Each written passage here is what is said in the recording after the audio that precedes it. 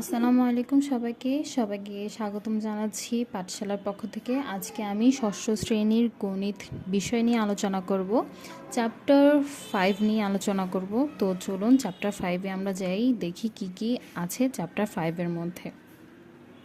আমি এখন তোমাদের সামনে আলোচনা করব পঞ্চম অধ্যায় সরল সমীকরণ, যেটা 95 পৃষ্ঠার মধ্যে আছে। আমি এডিশন 2025 সালের বই থেকে পড়াচ্ছি তোমাদেরকে। তো চলো আমরা পঞ্চম অধ্যায়ের দিকে যাই। পঞ্চম অধ্যায়ের নাম হচ্ছে সরল সমীকরণ। আজকে আমরা সরল সমীকরণ নিয়ে আলোচনা করব। তো চলো প্রথমে আমরা একটু পড়ে নিই বইয়ের মধ্যে কী কী আছে, তারপরে গিয়ে আমরা দেখব ম্যাথগুলো।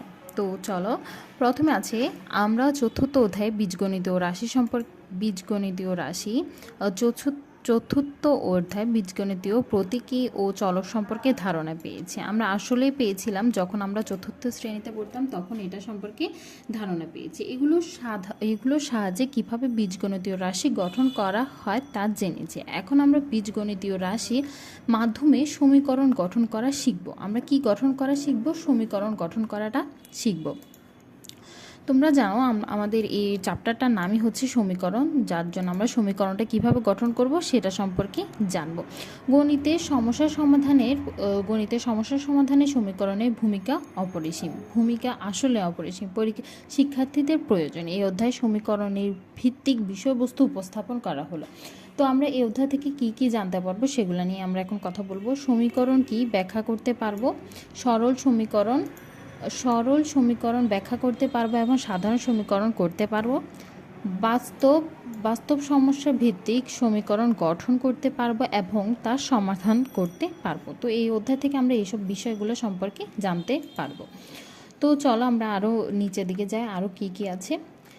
এখানে দেখতে পাচ্ছ সমীকরণ কি সেটা বলা হয়েছে, এবং সমীকরণ কি সেটা আমরা আরও ভালো করে জানার জন্য সমীকরণের সংজ্ঞা যাব। তো চলো সমীকরণের সংজ্ঞা কি বা চলকের সংজ্ঞাটা কি সেটা আমরা জেনে নিই।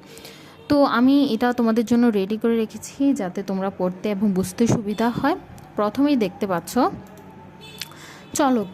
চলক জিনিসটা কি সেটা আমরা আগে জানবো। যে সকল রাশির মান পরিবর্তনশীল সেই সকল রাশিকে চলক বলে।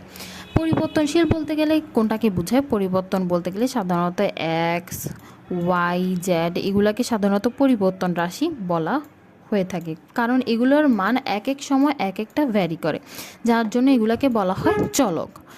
আর তারপরে আমরা জানবো সমীকরণ জিনিসটা কি। সমীকরণটা হলো অজ্ঞাত রাশি বা চলকের প্রক্রিয়া চিহ্ন ও সমান চিহ্ন সংবলিত গাণিতিক বাক্যকে সমীকরণ বলে। তো কি কি আছে এটার মধ্যে? এখানের মধ্যে আছে অজ্ঞাত রাশি। ও সমীকরণ জিনিসটা কি সেটা আমরা বুঝেছি। আমি আবার বলছি, অজ্ঞাত রাশি চলক। অজ্ঞাত রাশি হচ্ছে যে সকল রাশির মান আমরা জানি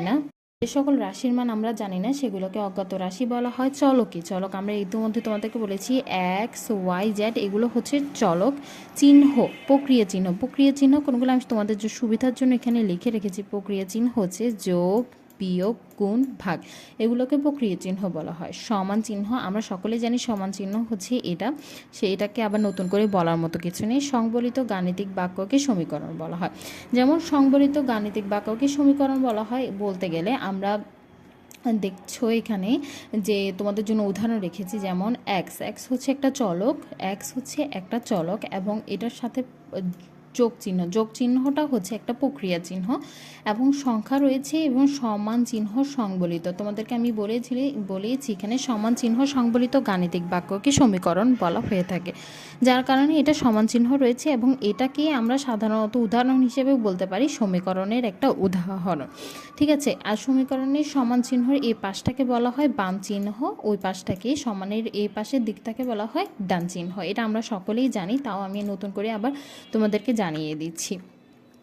তো আমরা এটা জানলাম। তারপরে সমীকরণে দুইটা ক্ষেত্র থাকে। এটা ক্ষেত্রে সমীকরণে উভয় পাশে যে কোনো রাশি বা মান যোগ করতে পারে, বা এখানে যোগ করতে পারে বলতে গেলে আমরা এখানে যোগ চিহ্ন দিয়ে এটাকে সমীকরণটা প্রমাণ করতে পারি, এখানে গুণ চিহ্ন দিয়ে আমরা সমীকরণটা প্রকাশ করতে পারি, এবং ভাগ চিহ্ন দিয়ে, মানে বলতে গেলে যোগ, বিয়োগ, গুণ, ভাগ দিয়ে আমরা চিহ্নগুলো দিয়ে একটা সমীকরণকে সুন্দরভাবে প্রকাশ করতে পারি। তো চলো এই অধ্যায়ের কিছু ইম্পর্ট্যান্ট কথাগুলো তো আমি বলে নিলাম, আর কিছু এমসিকিউ রয়েছে যেগুলো নিয়ে এখন আমরা আলোচনা করব। সরল সমীকরণ কী এগুলো আমি সুন্দর করে তোমাদেরকে বুঝিয়ে দিয়েছি। আশা করি উদাহরণগুলো করলে আরও ভালোভাবে বুঝতে পারবে তোমরা। এখন আমি ডিরেক্ট অনুশীলনীতেই চলে যাচ্ছি। অনুশীলনীর মধ্যে রয়েছে কিছু সংক্ষিপ্ত প্রশ্ন, সেই সংক্ষিপ্ত প্রশ্নগুলো আমরা পরবর্তী ক্লাসে তোমাদের সাথে আলোচনা করব। সে পর্যন্ত তোমরা ভালো থেকো, সুস্থ থাকো, আর অবশ্যই আমাদের চ্যানেলটিকে সাবস্ক্রাইব করবে, পাশে থাকবে। ধন্যবাদ।